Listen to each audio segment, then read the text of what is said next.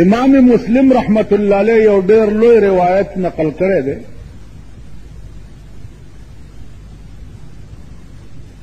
چې یو سړی و هغه یو کم سل قتل کړي او یو کم سل قتل پس دتا سوچ ورغی چې او ظالمه دا به تر کومه پورې ته دا ظلم کوي اراده یې وکړه چې توبه وباسه او چرته خلق پکار دی چې د هغې په لاس باندې زه د خپلې ګناه اعتراف وکړم او توبه وباسم په لاره روان دی اوس یو شیخ په لاره مخې ته ورغلی دی ورته ویل حضرت زه خو یو کم سل قتله مې کړي دي او اوس توبه وباسم شیخ ته بنډه کړې ده ورته وی ظالمه ستا توبه کوم ځای کې قبلي ورک شه مخې نه مې پناه شه دې سړي ورته ووی چې ښه ده نو دا یو پکې کم ولې دی بیا چې پوره سل یې کمه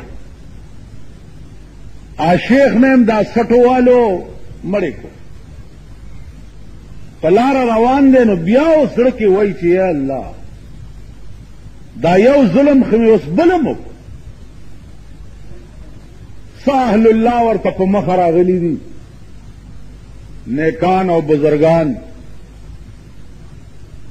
هغې ته اسلام علیک والیک کړی دی او دا خبره یې ورته کړې ده چې حضرت ما سل قتل کړي یو مې اوس وکړ او اوس مې دا نیت دی چې زه توبه وباسم هغې ورته وویلې چې د الله رحم او کرم چې دی هغه ډېر وسیع دی او ستا توبه به بالکل خدای قبوله کړي اوس دې مقام باندې یو سوال دا واردېږي چې قتل چې دی دا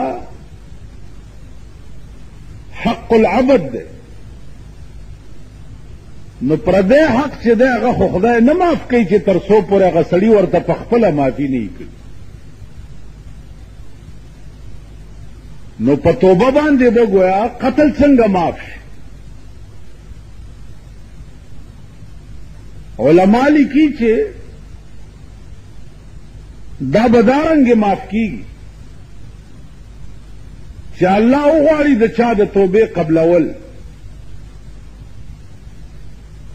نو دغه ستا باندې چې د چا حق دی دته به په جنت کې یو ځای وښیي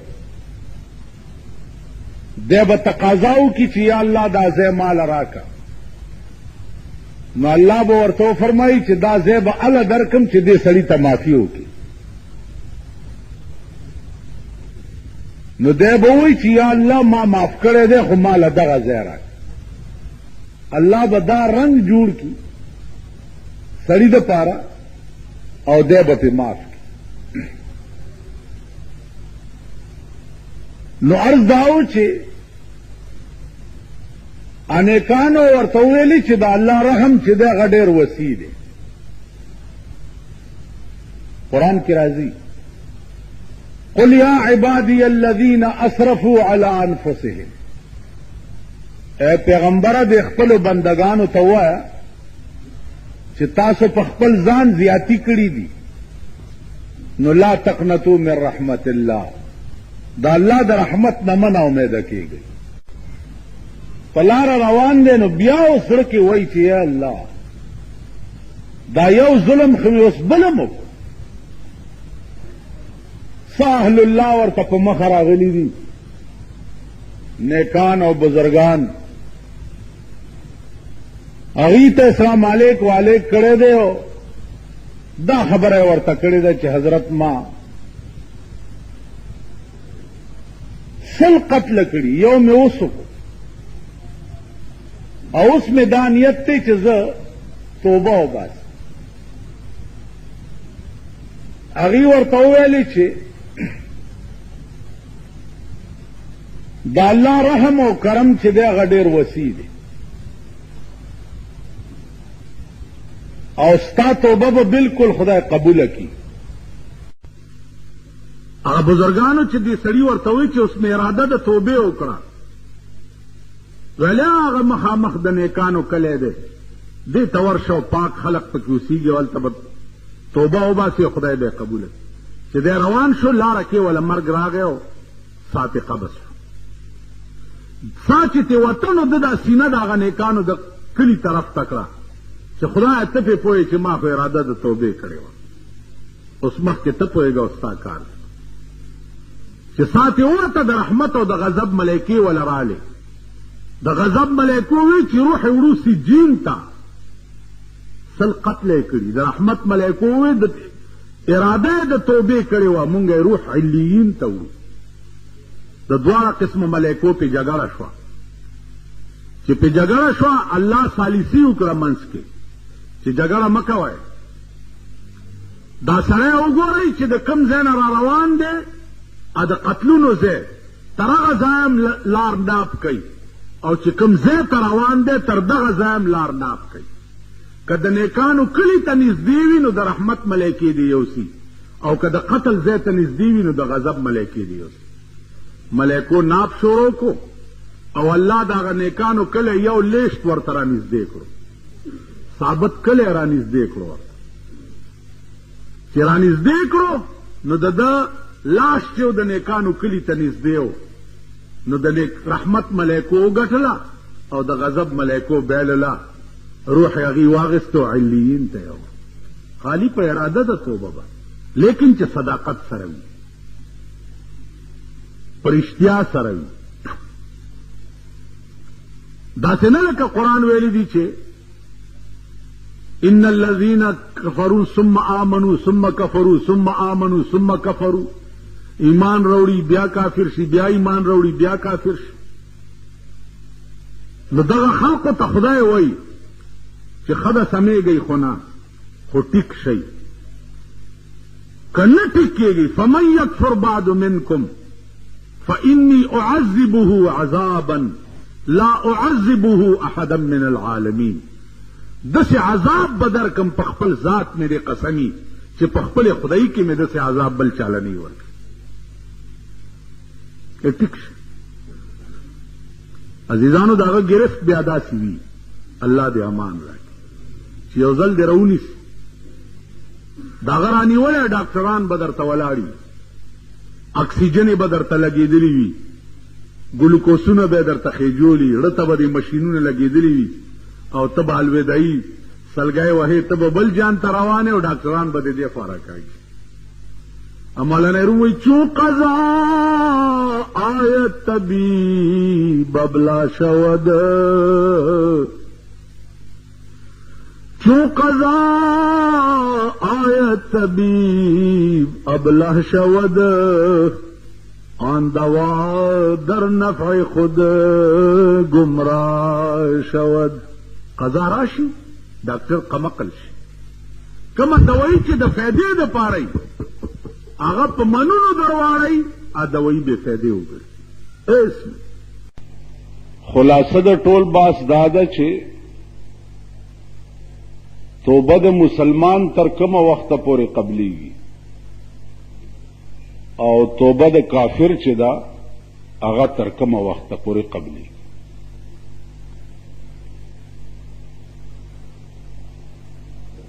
اوس دا یو ټکی یاد لرئ چې زمونږه د ملک یا زمونږ د خلقو په اصطلاح کې توبه دا خلق دی ته وایي چې غوږونه ونیسي او وایي چې توبه مې ده. نور په 16-15 نه چې توبه وایي څه شي ده.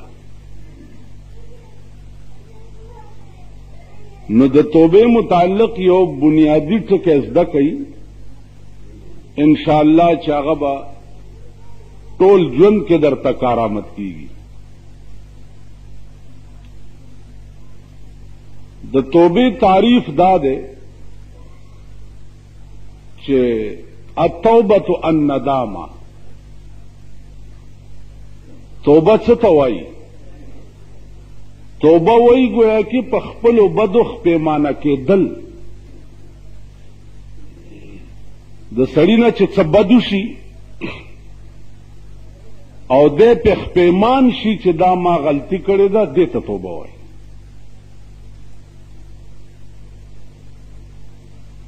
یو په بدو باندې ډټیاوېدل، بد کول او هغې نه بعد دا ویل چې ما ښه وکړه، یو دا صورت دی. یو دا صورت دی چې توبه دې وکړه، ګناه دې وکړه او ته خپېمانه شوې، یو دا صورت. جناب رسول اللہ صلی اللہ علیہ وسلم فرمائی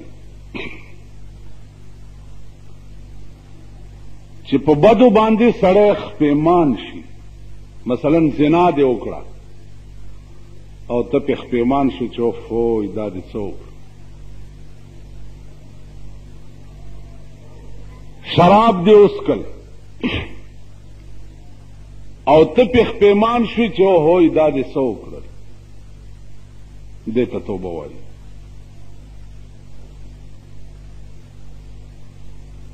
یو دا چې شراب دې وڅښل او ته وایې چې یاره ما ښه وکړه. زنا دې وکړه او ته ووایې چې ما ښه وکړه، یو دا صورت. صورت اول گناہ دې وکړه او ته پې خپېمان شوې، نو التائب من الذنب کمن لا ذنب له. توبه ایستونکی د ګناه نه داسې دی لکه چې ده دا ګناه به چېرته کړې نه وي.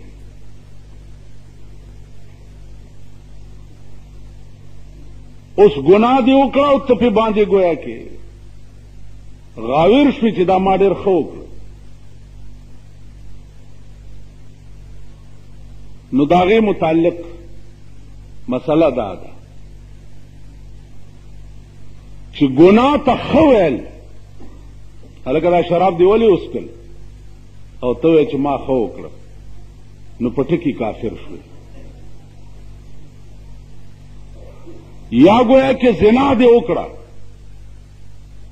او چا درته وویلې چې هلکه دا زنا دې وکړه ظالمه دا ولې، او ته ووایې چې ما ښه وکړه، نو په ټکي کافر شو. تاسو خیال راغی؟ او یو دا چې ګناه دې وکړه او بیا پې خپېمانه شوې چې دا ما بد وکړه، نو د دې حدیث لاندې به راځي چې التائب من الذنب کمن لا ذنب له. توبه ایستونکی د ګناه نه داسې دی لکه چې ده دا ګناه ډو چرې کړي وي. نو توبه څه ته وایي؟ التوبة الندامه. توبه وایي دې ته چې سړی په خپلو بدو خپېمان شي. دریم صورت دا دی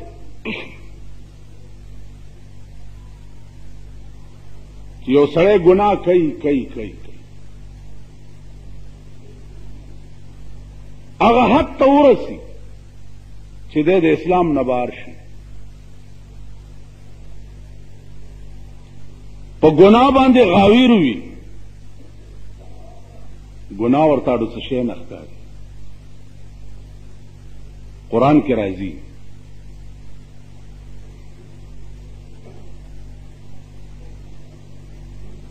الله فرمایي چې اے پیغمبره دې قوم ته ووایه فمن یکفر بعد منکم، که دې نه بعد مرانه وکړو،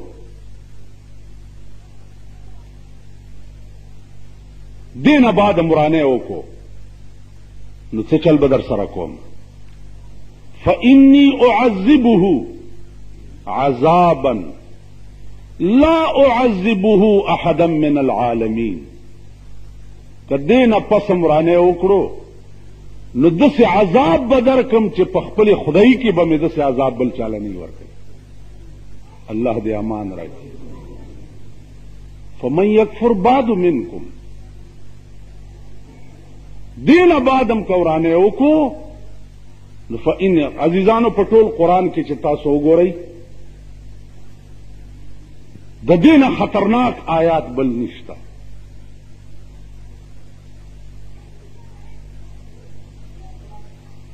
چې دا الله غوندې شان، داغه غوندې قوت، داغه غوندې جلال، داغه غوندې زور، خالق کائنات ادر ته وایي چې سم شه او که نه سمېږي نو داسې عذاب به درکم چې په خپلې خدای کې مې داسې عذاب چاله نه وي.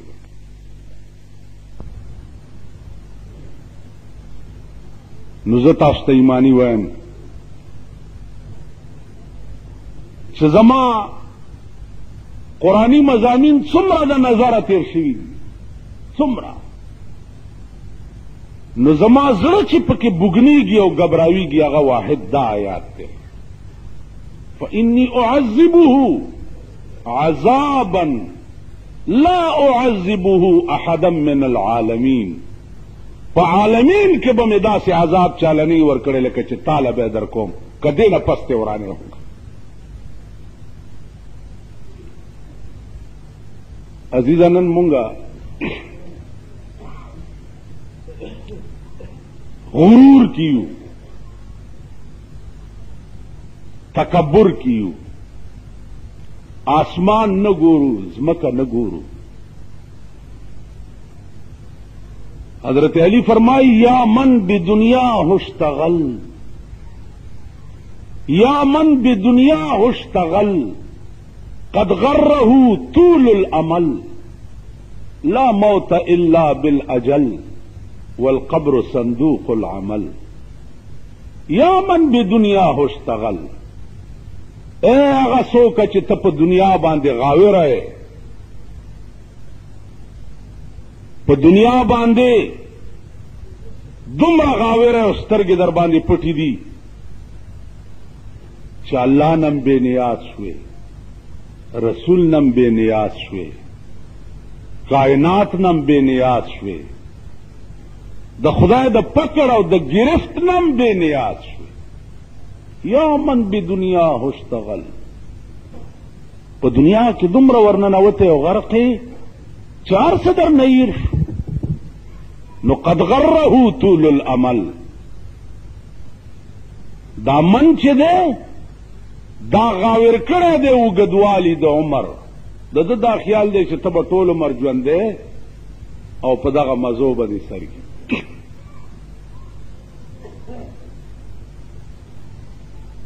نو ټول عمر ژوند دا صرف د خدای ذات دی، که بل څوک شته؟ جی ټول عمر ژوند صرف د خدای ذات دی. ټول عمر په یو حال دا صرف د خدای ذات دی. دا الله د ذات نه سوا ټول عالم حادث دی، او حادث معنا دا ده چې وقتاً فوقتاً پکې تغیرات راځي.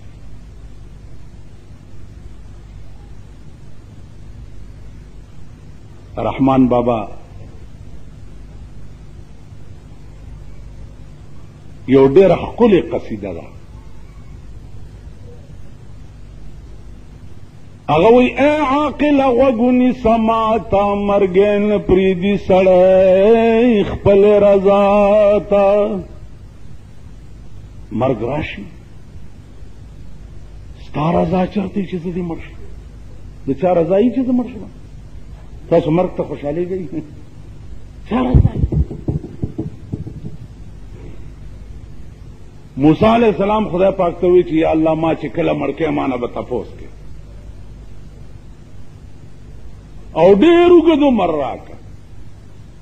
ویلې ښه ده، د اس په ملا لاس کېږده چې ستا د لاس لاندې څومره ویښته راله نو د ویښته په سر به یو کال عمر در کوم. عزیزونو د اس ملا به تاسو لیدلي که نی؟ اوس چې بار لاړ شئ چېرته وګورئ، د لاس لاندې لکونه ویښته راځي، لکونه ویښته. نو الله ته وفرمایل موسی علیہ السلام چې یا الله که دام خلاص شي بیا؟ ویل بیا به دې مړ کوم. ویل لکونه کاله چې تیر شي بیا به مې مړ کې؟ ویل زما قانون دا دی موسی چې کل من علیها فان ویبقى وجه ربک ذو الجلال والاکرام. کل من علیها فان. اے پیغمبره دا څه چې ته ګورې دا به فنا شي. ویبقى وجه ربک ذو الجلال والاکرام.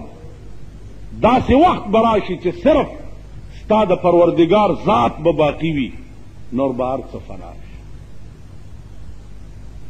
عزیزانو دا ملائکې، دا بنی آدم، دا پیریان، دا بادیان، دا ټول کائنات با نیست و نابود شي، صرف د خدای ذات به باقی وي، د هیڅ شي وجود به نه ښکاري، د هیڅ شي وجود به نه ښکاري. دا به په یو شپېلۍ د اسرافیل علیه السلام دا ټول کائنات ختم شي، په یو شپېلۍ. هغه د شپېلۍ آواز به داسي، الله دې امان راکړي چې هغه آواز به ټول کائنات واوري او په هغه آواز به هر څه ختم شي. نن خو ته یریږې د ایټم بم نه او هایډروجن بم نه او پلانی نه او ډنګړي نه. د اسرافیل د یو شپېلۍ آواز به هغه ایټم بم وي چې کل کائنات به ذره ذره شي او کل کائنات به ختم شي. دا اسمانونه دا به څه شي؟ قرآن کی راضی یوم یجعل الولدان شیبا السماء منفطر به. یوم یجعل الولدان، اے پیغمبره د قیامت داسې ورځ ده چې اوبه ګرځي پکې الکان د ډېر هیبت نه، بالکان پکې سپینګري شي. الکان به د ډېر زور او د ډېر رعب نه سپینګري بشي. یوم یجعل الولدان شیبا، الکان به سپینګري شي. السماء منفطر به، او اسمان به ټوکړي ټوکړي شي او په دې ځمکه به راوغورځي. او کان وعده مفعولا. اے پیغمبره دا ستا وعده د خدای وعده چې ده دا داسې وګڼه لکه چې تیر شوي، که چې قیامت خو به آینده راځي، نو تیر شوی حال چې دی هغه ډېر یقیني وي او رښتیا وي په نسبت سره راتلونکي حال ته. نو الله فرمایي کان وعده مفعولا. اے پیغمبره ستا دا د خدای وعده چې ده دا داسې ده لکه چې وړاندې دا کار شوی. نو عرض مې دا و چې هغه کم شی دی د غرور چې مونږ به پې غاوره یو.